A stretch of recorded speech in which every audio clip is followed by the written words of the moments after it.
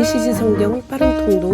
오늘 말씀은 아가서 5장에서 이사야서 계론까지입니다. 5장. 사랑을 붙잡지 못한 안타까움.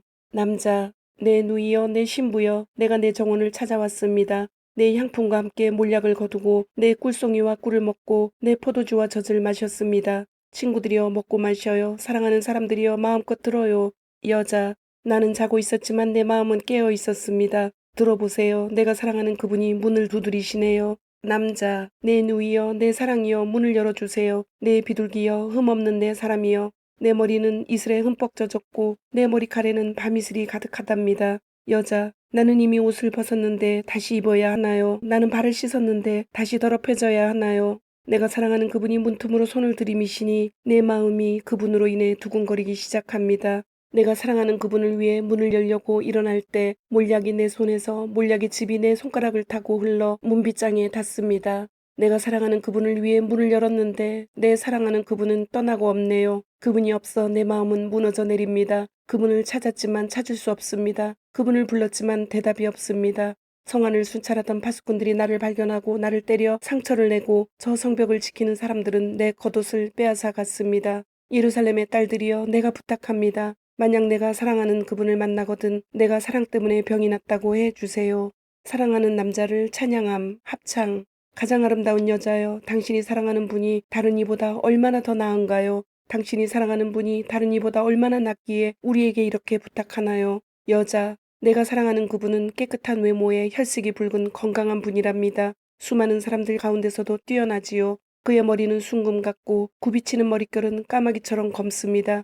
그의 눈은 시냇가의 비둘기 같은데 저주로 목욕한 듯 보석처럼 아름답게 박혀 있습니다. 그의 볼은 향기로 가득한 꽃밭 같고 그의 입술은 몰약이 뚝뚝 떨어지는 백합화 같습니다. 그의 두 팔은 황옥이 박힌 황금 방망이 같고 그의 몸은 사파이어로 장식한 매끄러운 상아 같습니다. 그의 두 다리는 숭근 받침 위에 세운 대리석 기둥 같고 그의 모습은 레바논 같고 백향목처럼 뛰어납니다. 그의 입은 달콤하기 그지없으니 그가 가진 모든 것이 사랑스럽습니다. 예루살렘의 딸들이여, 이분이 바로 내가 사랑하는 그분, 내 친구입니다. 6장 사랑의 고백, 합창. 가장 아름다운 여자여, 그대가 사랑하는 그분이 어디로 가셨나요? 그대가 사랑하는 그분이 어느 곳으로 가셨나요? 우리 함께 그분을 찾아봐요. 여자, 내가 사랑하는 그분은 그의 동산으로 향기로운 꽃밭으로 내려가 동산에서 양떼를 먹이시며 백합화를 꺾고 계시겠죠. 나는 내가 사랑하는 그분의 것이고 내가 사랑하는 그분은 내 것입니다. 백합화 사이에서 그분이 양떼를 먹이시네요. 남자, 내 사랑이여, 그대는 디르사처럼 아름답고 예루살렘처럼 사랑스럽습니다. 깃발을 높이던 군대처럼 위엄이 있습니다. 그대가 바라보는 두 눈을 나는 감당할 수 없으니 그대여 눈을 돌려주세요. 당신의 머리칼은 길르앗산에서 내려오는 염소떼와 같네요. 당신의 이는 목욕하고 나와 방금 털을 깎은 암양떼와 같습니다. 하나하나가 모두 짝을 이루어 그 가운데 홀로 된 것이 없네요. 베일 너머 당신의 뺨은 쪼개놓은 석류 한쪽 같군요. 60명의 왕비가 있고 80명의 후궁이 있으며 궁녀들은 수도 없이 많지만 내 비둘기 온전한 내 사람은 하나뿐입니다. 어머니의 외동딸이며 그녀를 낳은 어머니가 가장 귀히 여기는 딸. 젊은 여인들이 그녀를 보고 복이 있다 말하고 왕비들과 후궁들도 그녀를 칭찬합니다. 새벽처럼 찬란하고 달과 같이 아름답고 해와 같이 빛나며 깃발을 높이던 군대처럼 위엄 있는 여자가 누구일까요? 내가 골짜기에 새로 난 것들, 포도나무에 싹이 났는지 석류나무에 꽃이 피었는지 보려고 호도나무 동산으로 내려갔을 때 나도 모르는 사이에 내 마음이 나를 이끌어 백성들의 존귀한 병거 위로 올라타게 합니다. 돌아오세요, 돌아오세요, 술람이여, 돌아오세요, 돌아오세요. 우리가 그대를 볼 수 있도록. 그대들은 왜 마하나임이 춤추는 것을 보듯 술람미를 보려고 합니까? 7장 사랑의 속삭임. 남자, 귀한 사람의 딸이여, 신을 신은 그대의 발이 얼마나 아름다운지요. 우아한 그대의 다리는 장인의 손으로 정성 들여 세공한 보석과 같습니다. 당신의 배꼽은 혼합포도주를 가득 부은 둥근 잔 같고 그대의 허리는 백합화로 두른 밀단 같습니다. 그대의 가슴은 암사슴의 쌍둥이 새끼 같고 그대의 목은 상아탑 같습니다. 그대의 눈은 바드란 민문 곁에 있는 헤스본 연못 같고 그대의 코는 다메섹을 향한 레바논 탑 같습니다. 그대의 머리는 갈멜산처럼 그대에게 왕관이 되고 그대의 머리칼은 붉은 융단 같습니다. 왕이 그 머리칼에 포로가 되고 말았습니다. 내 사랑이여, 그대가 얼마나 아름답고 얼마나 매혹적인지 나를 기쁘게 하네요. 그대의 키는 종려나무처럼 크고 늘씬하며 그대의 가슴은 그 열매송이 같아요. 나는 말했습니다. 내가 그 종려나무에 올라가서 그 열매를 따오겠어요. 그대 가슴은 포도송이 같고 그대의 숨결은 사과 향내 같습니다. 여자, 그대 입은 가장 귀한 포도주 같습니다. 그 포도주가 내 사랑하는 그분에게로 가서 그 입술과 이로 부드럽게 흘러가기를. 나는 내가 사랑하는 그분의 것이고 그분의 마음은 나를 향해 있습니다. 내가 사랑하는 분이여, 우리 함께 들로 나가요. 그곳 마을에서 밤을 지내요. 이른 아침 포도원에 나가 포도싹이 돋았는지 꽃이 피었는지 석류꽃이 피었는지 함께 봐요. 거기서 제 사랑을 드리겠어요. 자기 나무가 향기를 바라고 우리 문 앞에는 온갖 탐스러운 열매들이 있어요. 새 것도 묵은 것도 내 사랑하는 분이여, 내가 당신을 위해 간직해 두었답니다.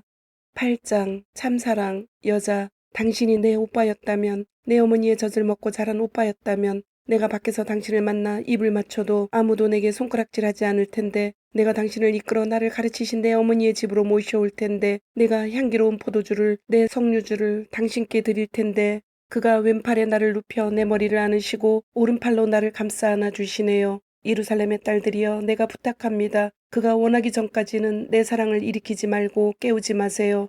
합창. 사랑하는 사람에게 기대어 거친 들에서 올라오는 저 여인은 누구인가요? 남자. 사과나무 아래에서 내가 당신을 깨웠습니다. 당신의 어머니께서 당신을 가지시고 산고를 겪으며 거기에서 당신을 낳으셨습니다.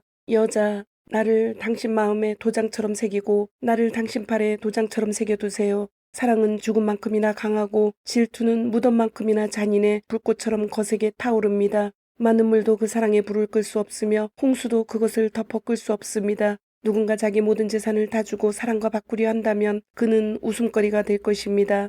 성숙한 사랑. 내 오라버니들이 나를 걱정하며 이렇게 말하곤 했답니다. 우리에게 있는 어린 누이는 아직 젖가슴도 없는데 그녀가 청혼을 받는 날이 되면 우리 누이를 위해 무엇을 해줄까요? 그녀가 성벽이라면 그 위에 은탑을 세워줄 텐데, 그녀가 문이라면 백향목 판자로 닫아줄 텐데. 여자, 나는 성벽이며 내 가슴은 망대 같으니 나는 그분이 보시기에 만족을 드릴 거예요. 솔로몬께서는 바알라문의 포도원을 가지셨는데 가꾸는 자들에게 그 포도원을 맡겨두시고 그들이 열매의 값으로 은 1000세겔을 가져오도록 하셨습니다. 그러나 내 포도원은 내 마음대로 할 수 있으니 솔로몬이여, 당신을 위한 1000세겔이 있습니다. 포도원을 가꾸는 사람들을 위한 200세겔이 있습니다. 남자, 동산에서 거하는 그대여, 친구들이 그대의 음성에 귀 기울이고 있어요. 내게 그대 목소리를 들려주세요. 여자, 내가 사랑하는 분이여, 서둘러 오세요. 향기로운 산에 있는 노루처럼, 어린 사슴처럼 내게로. 아멘, 아멘. 이사야서는 66장으로 나는 구원을 베푸는 하나님이다. 나 외에는 다른 신이 없다. 남유다의 11대 왕인 우시야 시대부터 14대 왕인 므낫세 시대까지 BC 740년에서 BC 680년 경까지의 기록입니다. 크게 3개의 주제로 나눌 수 있는데 1장부터 35장까지는 하나님의 심판과 회복에 대한 예언, 내용으로는 남유다 심판과 이사야의 소명, 메시아 왕국에 대한 약속, 열방에 대한 경고, 주의 날에 있을 심판과 회복. 두 번째는 36장에서 39장까지로 히스기야의 사적으로 처음으로 성전 멸망이 예언되어 있습니다. 내용은 히스기야의 기도와 응답, 히스기야의 죄와 이사야의 성전 예언. 세 번째는 40장에서 66장까지로 하나님의 구원과 소망 예언. 내용으로는 포로 귀환 및 구원에 대한 약속, 하나님께서 보내신 종 메시아의 사역, 이스라엘의 회복과 영광. 이사야 서론. 이사야에게 말이란 참된 것과 아름다운 것과 선한 것을 만들어내는 물감이요 멜로디요 조각하리라 할 수 있다. 경우에 따라서는 죄와 악과 반역을 부서뜨리는 망치요 창이요 메스가 되기도 한다. 이사야는 그저 정보만을 전달한 예언자가 아니다. 그는 비전을 창조하고 계시를 전하고 믿음을 세워준 사람이다. 그는 실로 근본적 의미에서의 시인, 곧 장인이다. 하나님의 현존을 우리 피부에 와닿게 하기 때문이다. 이사야는 히브리 민족이 낳은 최고의 예언자요 시인이다. 믿음으로 사는 이들, 하나님의 말씀으로 빚어지고자 늘 자신을 들여 거룩을 추구하며 사는 이들에게 이사야는 실로 우뚝 솟은 산이다. 그렇다. 거룩. 이사야서에서 볼 수 있는 가장 특징적인 하나님의 호칭은 다름 아닌 거룩하신 분이다. 이 광대한 책은 고대 이스라엘 백성들에게 전해진 메시지 모음집으로 읽는 이들을 거룩하신 분의 현존과 그분의 역사 속에 빠뜨린다. 만군의 하나님께서 정의를 행하심으로 산이 되실 것이다. 거룩하신 하나님께서 의를 행하심으로 거룩이 무엇인지 보여주실 것이다. 5장 16절. 이사야의 말은 거룩에 대한 우리 생각을 바꾸어 놓는다. 지금까지 거룩이 그저 경건한 말, 별다른 감흥이 없는 민숭민숭한 말에 지나지 않았다면 이사야의 설교는 그 단어를 불덩이 같은 그 무엇으로 바꾸어 놓는다. 거룩은 우리가 삶에서 가져볼 수 있는 가장 매혹적이고 가장 강렬한 체험이다. 그저 겉핥기식 삶이 아닌 삶의 진수를 있는 그대로 맛보는 것, 그것이 바로 거룩이다. 우리는 하나님이 직접 행하고 계신 일들 속으로 뛰어들게 된다. 그저 그 일들에 대해 입으로 떠들거나 책으로 읽는 것이 아니라는 말이다. 거룩은 거기 들어오는 자들을 완전히 녹여서 새로운 존재로 만들어내는 용광로이다. 그래서 누가 이 불폭풍에서 살아남을 수 있으랴? 누가 이 대숙청을 모면할 수 있으랴? 라고 묻는다. 답은 간단하다. 의롭게 살면서 진실을 말하며 사람을 착취하는 일을 혐오하고 뇌물을 거절하여라. 폭력을 거부하고 악한 유혹을 피하여라. 이것이 너의 삶의 질을 높이는 길이다. 안전하고 안정된 삶을 사는 길, 넉넉하고 만족스러운 삶을 사는 길이다. 33장 14절 16절. 거룩은 장식용으로 수놓은 레이스가 아니다. 그것은 혁명의 깃발이다. 진정한 혁명이다. 이사야서는 실로 광범위한 책이다. 이 지구 행성에서 하나님의 백성으로 살아가는 일에 포함된 거의 모든 것을 다루고 있다. 이사야는 하나님께서 우리의 지극히 일상적이고 때로 실망스러운 경험을 들어 창조와 구원과 희망의 일들을 이루시는 과정을 보여준다. 이것이 바로 이 책의 특징이다. 이 방대한 파노라마가 펼쳐지는 광경을 보며 우리는 깨닫는다. 이 세상과 우리 인생에 하나님이 사용하실 수 없는 것은 아무것도 없다는 사실을 말이다. 하나님께서는 존재하는 모든 것과 모든 사람을 당신의 일을 위한 재료로 사용하시며 우리가 엉망진창으로 만들어 놓은 삶을 다시 고쳐 사용하신다. 두고 보아라. 너를 부대접했던 자들 천대받게 될 것이다. 실패자가 될 것이다. 너를 대적하던 자들 빈털터리가 될 것이다. 아무것도 보여줄 것 없는 신세가 될 것이다. 네가 옛 적들을 찾아보려고 해도 찾지 못하리라. 너희 옛 원수들 흔적조차 남지 않을 것이다. 기억하는 자 하나 없으리라. 그렇다. 나 너의 하나님이 너를 꽉 붙잡고 결코 놓지 않기 때문이다. 내가 네게 말한다. 두려워하지 마라. 내가 여기 있다. 내가 너를 도우리라. 41장 11절 13절. 교양곡은 단순성과 복잡성이 절묘하게 어우러진 이사야서의 특징을 묘사할 때 많은 사람들이 즐겨 쓰는 표현이다. 이사야서의 중심 주제는 뚜렷하다. 하나님이 이루시는 구원, 바로 이것이다. 이사야서는 구원 교양곡이다. 이사야라는 이름 자체가 하나님이 구원하신다라는 뜻이다. 이 웅장한 교양곡에는 작품 전체에 걸쳐 반복되고 발전되는 주된 주제 셋이 있으니 바로 심판과 위로와 희망이다.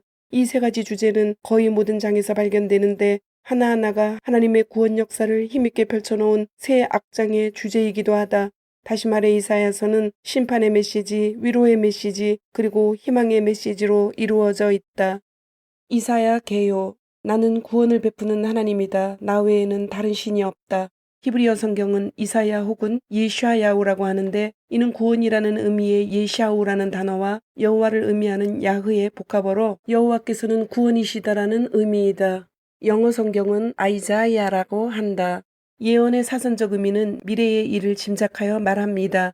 이때 한자어는 미리의 자를 사용한다. 하지만 성경의 예언자들의 예언은 자신이 주도권을 가지고 있지 않았다. 예언자들은 하나님의 말씀을 받았다가 하나님의 주권 아래에서 그 말씀을 선포했다.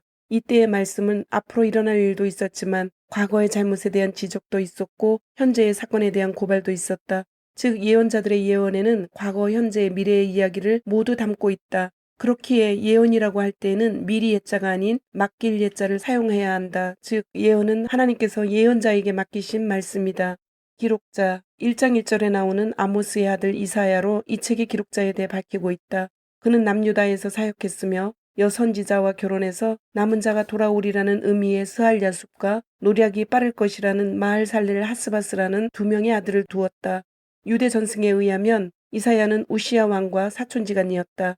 유대인들의 전통이나 교회의 전통에서 일반적으로 이사야가 이 책의 기록자인 것을 인정해왔다. 기록 배경 이사야는 BC 740년에서 680년까지 60년 동안 활동을 하였다. 이 시기는 솔로몬 이후로 가장 번성했던 우시야 왕으로부터 예루살렘 멸망의 원인으로 지목되는 히스기야와 므낫세 왕까지의 시대이다. 기록연대 우시야 왕이 죽던 해에 사역을 시작하여 요담, 아하스, 히스기야의 통치기를 거쳐 계속 사역하였다. 유대인들의 전승에 의하면 이사야는 BC 680년경에 므낫세에 의해 톱으로 켜서 죽임을 당했는데 우상 숭배에 반대하다가 순교했다고 전해진다. 그러므로 이사야서는 60여 년에 걸쳐 기록되었다고 본다. 기록 목적 이사야서의 기록 목적은 유다 왕 우시야, 요담, 아하스, 히스기야 시대에 걸쳐 기울어져가는 남유다를 바라보며 백성들에게 회개를 촉구하는 메시지를 선포하기 위함이었다. 그 메시지는 형식적인 종교의식을 버릴 것과 하나님께서 미워하는 악행을 버리고 도덕적인 부패와 우상숭배에서 돌아설 것을 촉구했다. 이러한 이사야의 메시지는 유다 백성의 영적 타락과 정치, 사회 문제에 이르기까지 광범위하게 선포되었다. 이처럼 남유다가 고난을 당하는 이유에 대하여 이사야는 그들의 죄로 말미암아 하나님과의 교제가 정상적으로 이루어지지 못하고 있기 때문이라고 역설하였다. 그러므로 모든 고난과 재난으로부터 구원받기 위해서는 그 원인인 죄에서 돌아서야 하며 진정한 구원은 사람이 아닌 하나님께로부터 나오는 것이며 여호와 하나님 외에 다른 신이 없다는 진리를 선포하였다. 1장 27절에 시온은 정의로 구속함을 받고 그 돌아온 자들은 공의로 구속함을 받으리라는 말이 선지자가 계속적으로 확대하고 강조하고 있는 이 책의 주제이다. 또한 이사야는 메시아를 통한 죄에 대한 심판과 이스라엘의 회복을 선포하며 이것은 이스라엘뿐만 아니라 전 인류를 향한 완전한 회복으로서의 새하늘과 새 땅을 예언하였다. 이사야서는 배경이 되는 시대의 왕들과 기록자에 대한 언급으로 시작하여 남유다와 예루살렘을 향한 심판에 대한 예언과 동시에 열방에 대한 경고를 언급하고 있다. 그러나 하나님께로 돌아올 때 하나님께서는 심판으로 끝내는 것이 아니라 다시 회복시키실 것을 약속하신다. 하지만 자신들의 죄의 모습을 바라보지 못하고 선지자를 통한 하나님의 말씀에 귀를 기울이지 않았던 백성들과 지도자들은 아수르를 통한 하나님의 징벌을 받아야만 했다. 징벌도 또한 사랑의 표현이었기에 결국 남유다 백성들에게 구원에 대한 약속을 통해 하나님만이 이스라엘 백성들에게 자유와 구원을 주실 수 있는 분임을 가르쳐 주시면서 하나님께서 보내신 종의 사역이 어떤 것인지를 언급하고 있다. 또한 이스라엘 백성들에게 올바른 안식일 준수와 기도를 강조하면서 하나님께서 이루시는 회복과 영광으로 마무리한다. 주님, 오늘도 말씀을 주심을 감사드립니다. 주신 말씀대로 오늘 하루도 주님의 모습을 닮아가며 말씀대로 순종하며 살도록 은혜와 용기를 주옵소서. 예수님의 이름으로 기도드립니다. 아멘.